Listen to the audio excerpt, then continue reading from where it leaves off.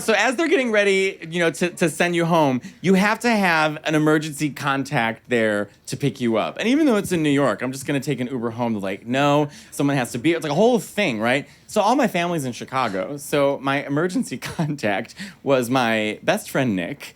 And yes, if you don't know Nick, we went to the Olive Garden together. Okay, so...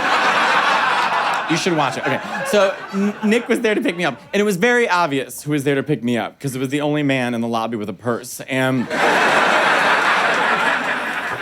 and hair. So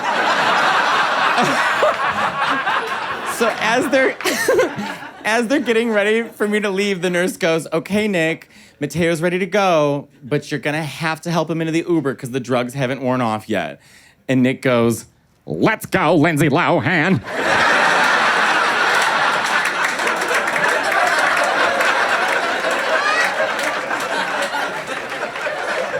Nick is an awful emergency contact. I live on a 6th floor walk-up. He could not help me up the stairs.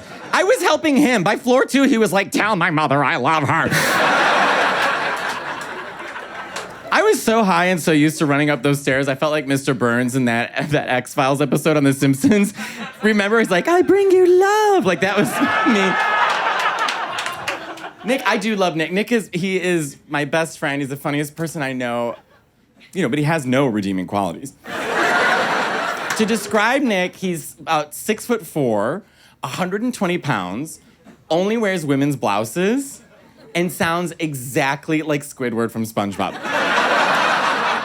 So, like, a typical conversation with Nick, I'll be like, "Hey, Nick, what are you doing?" "I'm watching a murder mystery, and if you call me again, you'll be the next mystery." One time, a cab wouldn't pick us up in Brooklyn because we looked too gay. I know.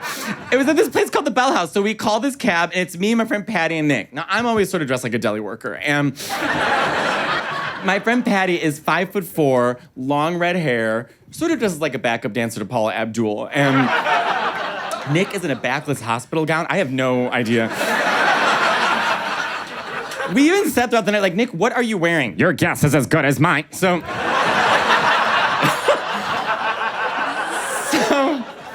we call this cab, he pulls up, we walk up. The second we go to open the door, he locks it. And this is the last look the cab driver gives us before he flies off. He goes...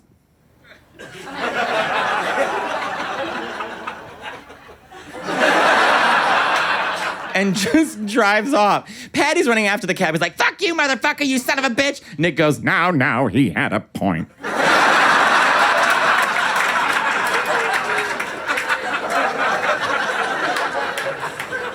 Nick, okay, this is everyone groans when I say this story, but you guys are a good audience. So Nick, we were talking about when you call customer service, right? And I said it's so annoying because you get the automated voice message and you just want to talk to the operator. I said when you finally get to the operator, be nice to them because people are so mean to them that if you're nice to them, you'll get whatever you want. Nick goes, "Oh, not me. I go straight for the jugular."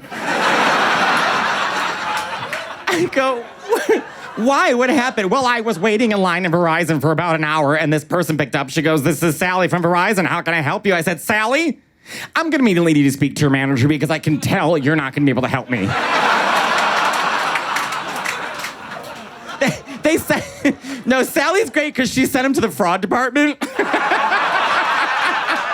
have another 40 minutes like, fraud department. And I really worried about Nick during the pandemic because when everything shut down in New York and everyone was leaving, I was like, okay, Nick's not domesticated. My mother's Italian and Mexican. I could raise a garden in my bathroom and live for the rest of my life fine. Nick doesn't even know how to grocery shop. He eats Chipotle 5 times a week, and he keeps getting kicked out of Chipotle. No, hand to God, he called me, "Well, I got kicked out of Chipotle again." I'm like, "Why? What did you do?" "Well, I was waiting in line. It was a lunch rush hour, and this person in front of us ordered 50 burritos for a kid's birthday party, so I got everyone in line to turn against him, and the manager came up to me and said, 'Miss, you're going to have to leave.'" Just insane. So, I worried about Nick. So I called Nick. I said, "Nick, they're shutting everything down. You're going to have to go grocery shopping." He's like, "I'm not grocery shopping."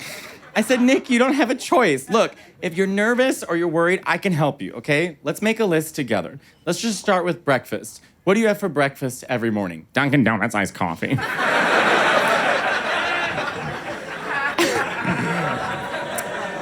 I said, well, they're closing Dunkin' Donuts, Nick, so you're gonna have to make your own iced coffee. And he goes, I'm not Laura Ingalls Wilder.